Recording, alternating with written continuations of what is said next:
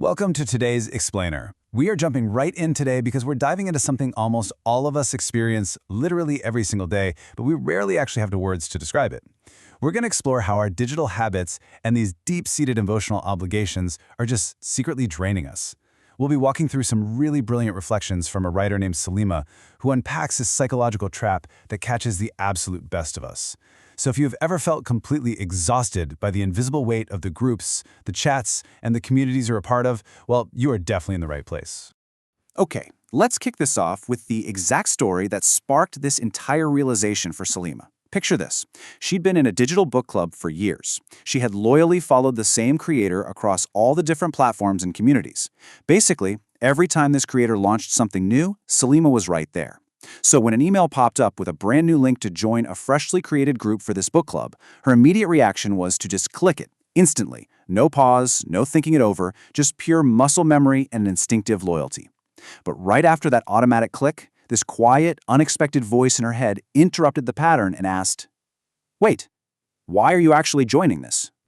And the context behind that new link is what makes this so fascinating. Salima noted that there were 200 members in the original book club group. 200! Yet out of all those people, only a tiny handful were actually active. It was essentially a room full of digital ghosts. Recognizing this, the group owner smartly decided to curate the space and invite only the genuinely engaged members to migrate over. And honestly, it perfectly quantifies this massive passive obligation we all carry. Out of 200 people, how many were just like Salima, just sitting there, totally silent?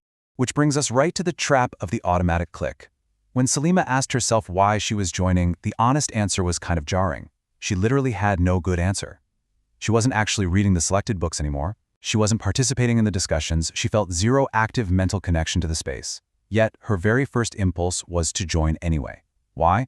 Because somewhere deep down, she felt emotionally responsible for supporting the creator.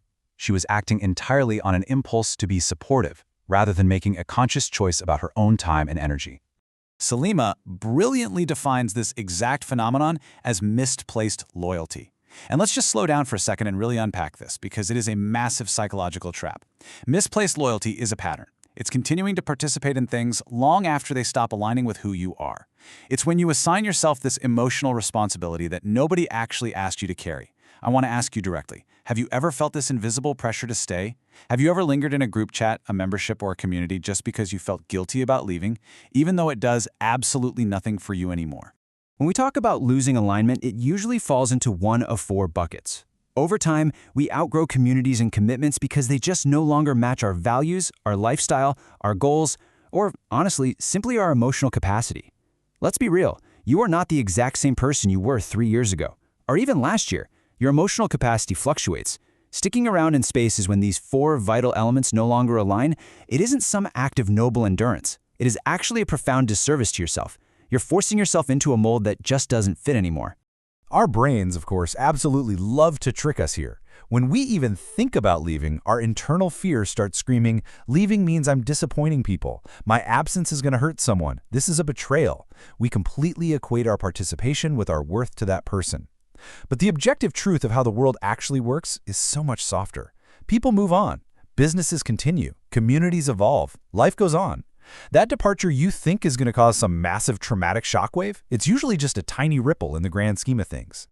For years, Salima confused true support with self-abandonment. She thought loyalty meant staying forever, saying yes on autopilot, and participating entirely out of guilt. She thought leaving was cruel. But we have to completely reframe this. Stepping away from what no longer aligns with you is absolutely not cruelty. It is the ultimate act of discernment. And discernment is simply knowing what is meant for you right now and having the courage to release what isn't. This brings us to one of the most powerful concepts from her reflections, emotional clutter. When you have loyalty without alignment, it rots. It turns into emotional clutter.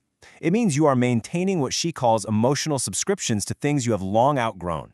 Think about it, that dead WhatsApp group you're still in, or that email newsletter you never ever read but refuse to unsubscribe from.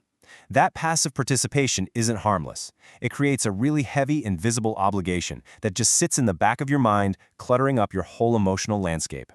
And let me tell you, emotional clutter is incredibly expensive.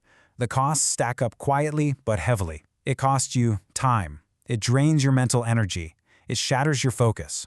Sometimes it literally costs you money in unused subscriptions.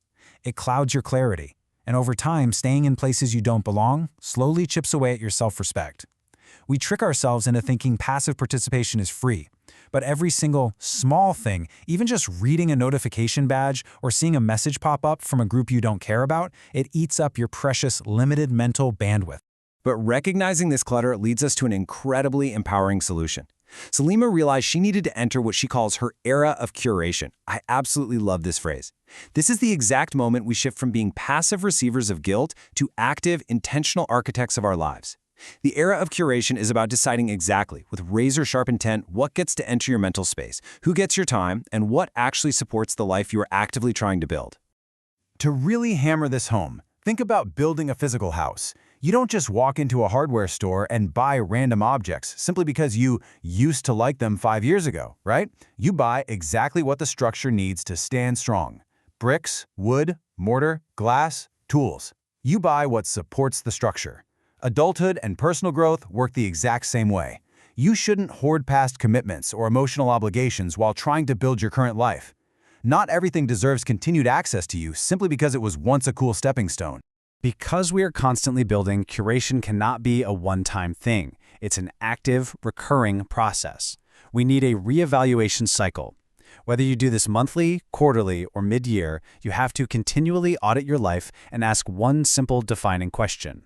Does this still belong? Does this group, this commitment, this subscription still belong in the life I'm building today? If the answer is no, we have to learn to just release it without the guilt.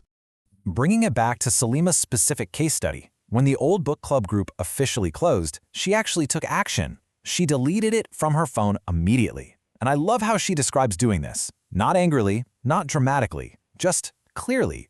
She didn't write a long, emotional goodbye paragraph. She didn't leave room for nostalgia to creep in and convince her to backtrack.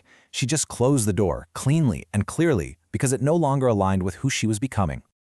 When we look at the true final cost of misplaced loyalty, it hits hard. It's the money wasted on unused memberships. It's the time thrown away on draining obligations, the energy poured into maintaining outdated connections. But you know what?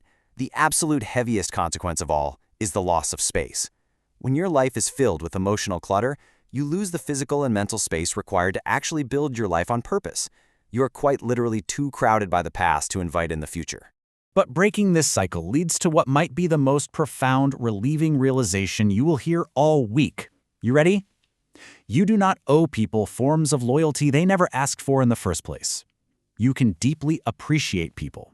You can support them from afar, you can buy their products, you can enthusiastically recommend them to your friends, all without needing to remain permanently, emotionally attached to their every single endeavor. You are allowed to let go. This entire explainer really culminates in this beautiful quote from Selima. She writes, "Sometimes saying no simply means I am finally choosing my life on purpose."